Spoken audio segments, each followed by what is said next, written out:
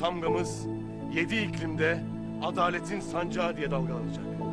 Pusatlarımızı yar eyleyip ordularımızı gür kılacağız. Güneşi bayrak, göğü çadır eyleyeceğiz. Kısraklarımızı uçsuz bucaksız ovalara süreceğiz. İlahi muştumuzu dağların, denizlerin ötesine taşıyacağız. Halo teman-teman, kembali lagi di channel Terang Film. Kali ini kita akan melanjutkan membahas alur cerita film yang berjudul Dirilis Ertugrul. Kali ini episode yang ketiga. Bagaimanakah Sulaiman Shah yang akan berhadapan dengan Karatoigar yang marah karena tawanan mereka belum dikembalikan kepadanya? Akankah Sulaiman Shah menyerahkan tamunya kepada mereka dengan mengorbankan tradisi suku Kayi yang mana harus menghormati dan menjaga tamunya? Kita langsung saja masuk ke alur ceritanya.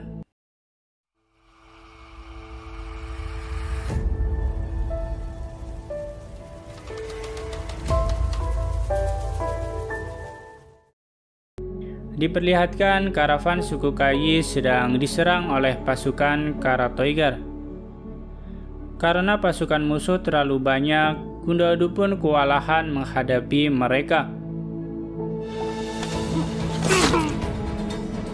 Tetapi di saat-saat terakhir, Gundadu berusaha untuk melarikan diri.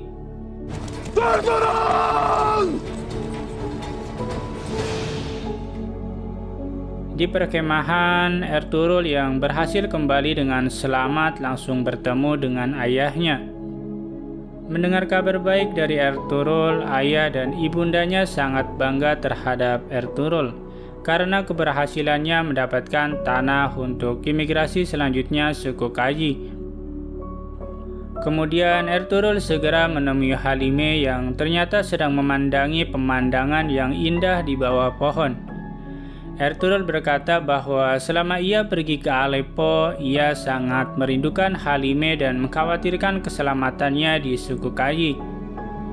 Ertugrul juga berterima kasih kepada Halime karena telah memberikan kalung hiasan. Ertugrul sengaja memasang di pedangnya agar ia selalu mengingat Halime kemanapun ia pergi. Di kastil pasukan Templar, Eleonora menghampiri Mario yang sedang memberi makan burung merpati. Eleonora mengatakan kepada Mario bahwa ia ingin mengunjungi kuburan ayahnya.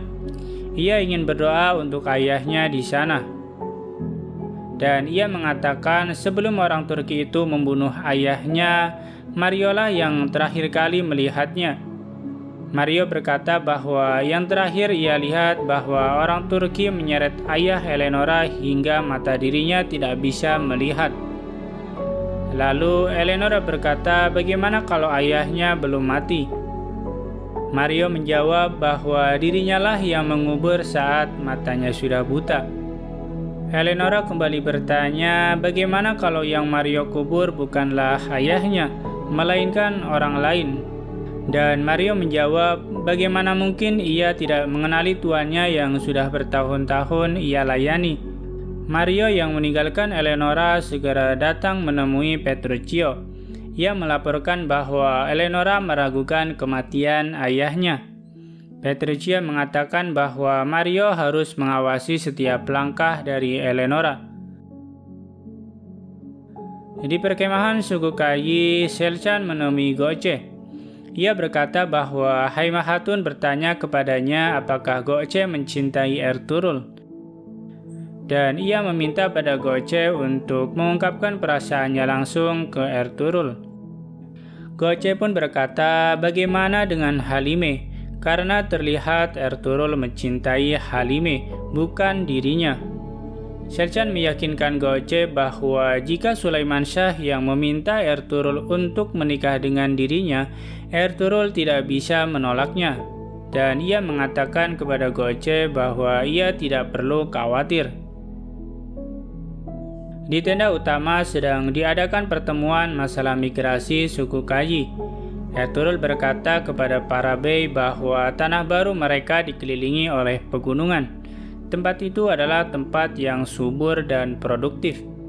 Tempat di mana ternak mereka akan cepat bertumbuh pada saat musim dingin.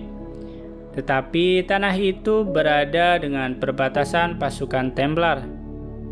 Salah satu Bey menolak jika suku Kayi harus berhadapan dengan pasukan Templar dan menjadi perisai untuk melindungi Aleppo. Ia lebih memilih untuk pindah ke wilayah lain dan bekerja sama dengan Mongol. Kurdulu dengan sifat munafiknya, ia membenarkan perkataan Ertugrul. Ia mengatakan bahwa kehadiran musuh-musuh di depannya dapat membukakan pintu syuhada, dan itu dapat membuat suku mereka menjadi lebih kuat. Sulaiman Syah akhirnya mengambil keputusan bahwa ia akan segera pergi ke tanah yang telah diberikan oleh Emir Al-Aziz. Sedangkan di sisi Gundadu, ia sedang berusaha untuk melarikan diri. Tetapi pasukan Karatoigar berhasil menangkapnya dan dibawa ke istana.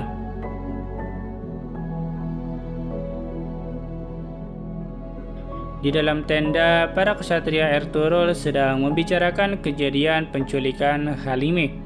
Ia mengatakan Karatoigar pasti memiliki orang dalam yang membuat mereka berani menyerang perkemahan. Ia meminta Ilyas untuk memata-matai Afsin Bey karena ia orang baru di perkemahan. Di istana, Karatoigar sedang berhadapan dengan Gundadu yang berhasil ditangkap, dan kesatrianya Hamzah yang ternyata masih hidup juga ditangkap oleh Karatoigar. Karatoigar mengatakan bahwa ia akan memberikan Sulaiman Syah satu kesempatan terakhir. Ia akan mengirim Hamzah pada ayahnya dan meminta untuk menukar Halime dan keluarganya dengan Gundadu. Di malam hari, Ertugrul mendatangi Halime dan menyinggung dirinya yang ingin pergi dari perkemahan. Halime menjawab bahwa ia memang ingin pergi dari perkemahan. Namun, Ertugrul mengatakan bahwa tidak ada yang menginginkan mereka untuk pergi. Bagi mereka itu adalah sebuah tradisi yang harus selalu dijaga. Dan tiba-tiba ada seseorang yang memanggil Ertugrul dan mengatakan bahwa ada seseorang misterius yang datang ke perkemahan, bahwa ia sedang memasuki sesuatu ke dalam makanan hewan ternak. Sulaiman Syah pun bertanya pada orang tersebut apa yang telah ia masukkan ke dalam makanan itu. Tetapi orang itu hanya menjawab bahwa Ertugrul mendapatkan pesan dari pasukan Templar, dan orang itu pun segera membunuh dirinya sendiri. Di lain waktu, di dalam tenda, Sulaiman Syah mengatakan kepada Ertugrul bahwa ia akan menikahkan Ertugrul dengan Goce. Ia sudah mengatakan kepada ibunya dan ibunya pun menyetujuinya. Haimah Hatun mengetahui kegundahan hati anaknya itu dan langsung menghampirinya. Ertugrul bertanya pada ibunya apakah yang dikatakan ayahnya itu benar. Ibunya mengatakan bahwa Goce adalah gadis yang cantik yang dibesarkan oleh keluarganya. Kita tahu sifatnya dan juga tahu silsilah keluarganya. Ertugrul mengatakan bahwa dirinya tahu itu, dan ia bertanya kepada ibunya apakah ibu tahu isi hatinya. Ibunya menjawab mungkin Halime yang ada di dalam hatinya. Tetapi Halime itu tidak selamanya berada di perkemahan. Di pagi hari saat sedang makan bersama, Hamzah datang dan menghampiri mereka dalam keadaan tubuh terluka dan penuh darah. Ia mengatakan bahwa Karatoigar telah menyerang Karavan. Sulaiman Syah pun bertanya mengenai para kesatrianya, dan Hamzah menjawab bahwa mereka semua sudah syahid dan Gundadu sedang ditawan oleh Karatoigar. Sulaiman Syah menanyakan apa yang diinginkan oleh Karatoigar, dan Hamzah menjawab bahwa Karatoigar menginginkan tamu yang dibawa oleh Ertugrul. Kalau besok mereka tidak menyerahkan kepadanya, maka Karatoigar akan membunuh Gundadu. Sulaiman Syah yang sangat marah akhirnya meminta prajuritnya untuk memanggil Numan, yaitu ayah dari Halime. Ketika Numan tiba di tenda, Sulaiman Syah pun menceritakan bahwa pagi ini seseorang datang membawa pesan kepadanya. Ia memberitahu bahwa mereka telah menyerang Karavan dan membunuh para kesatrianya dan Karatoigarlah pelakunya.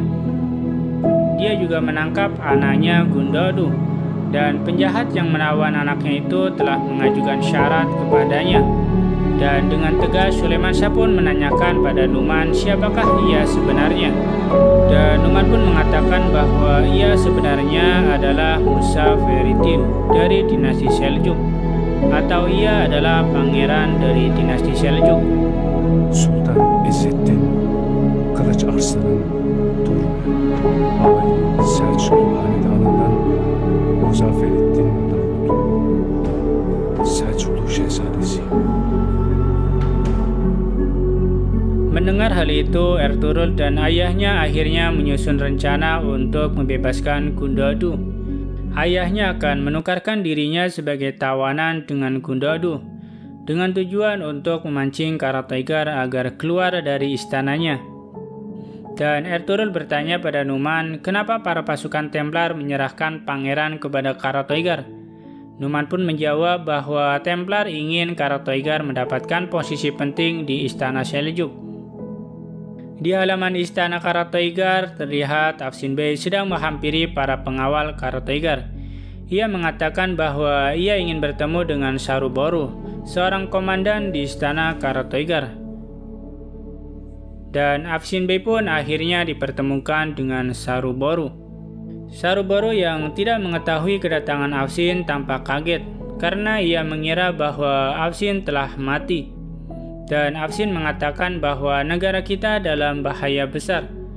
Ia menyuruh Saruboru untuk melakukan apapun agar Karatoigar tidak mendapatkan pangeran.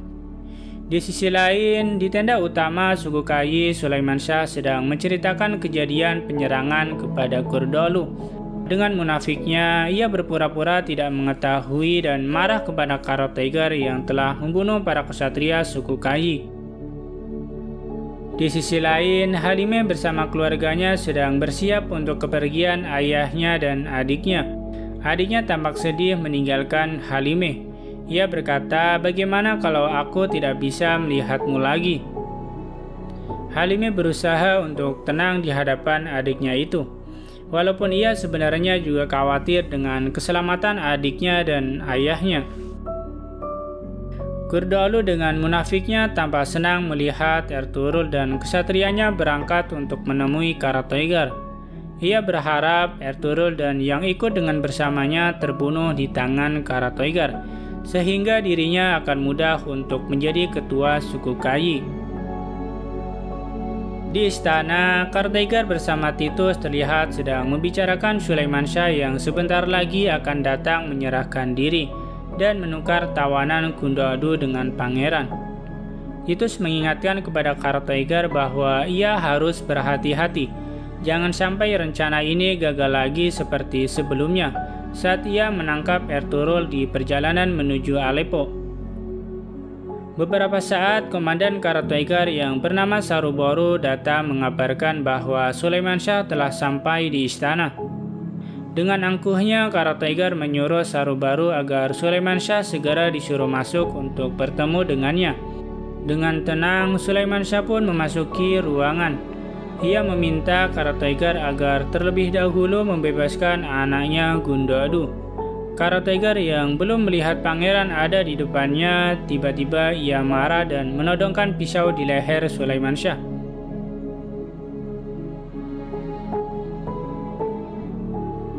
Bagaimanakah kelanjutannya? Akankah Karatoigar membunuh Sulaiman Syah? Atau sebaliknya, misi Sulaiman Syah lah yang akan berhasil? Kita tunggu saja di episode selanjutnya. Terima kasih yang sudah menonton. Jangan lupa untuk mendukung channel ini agar bisa konsisten upload film-film yang menarik, khususnya di film dirilis Ertuğrul ini.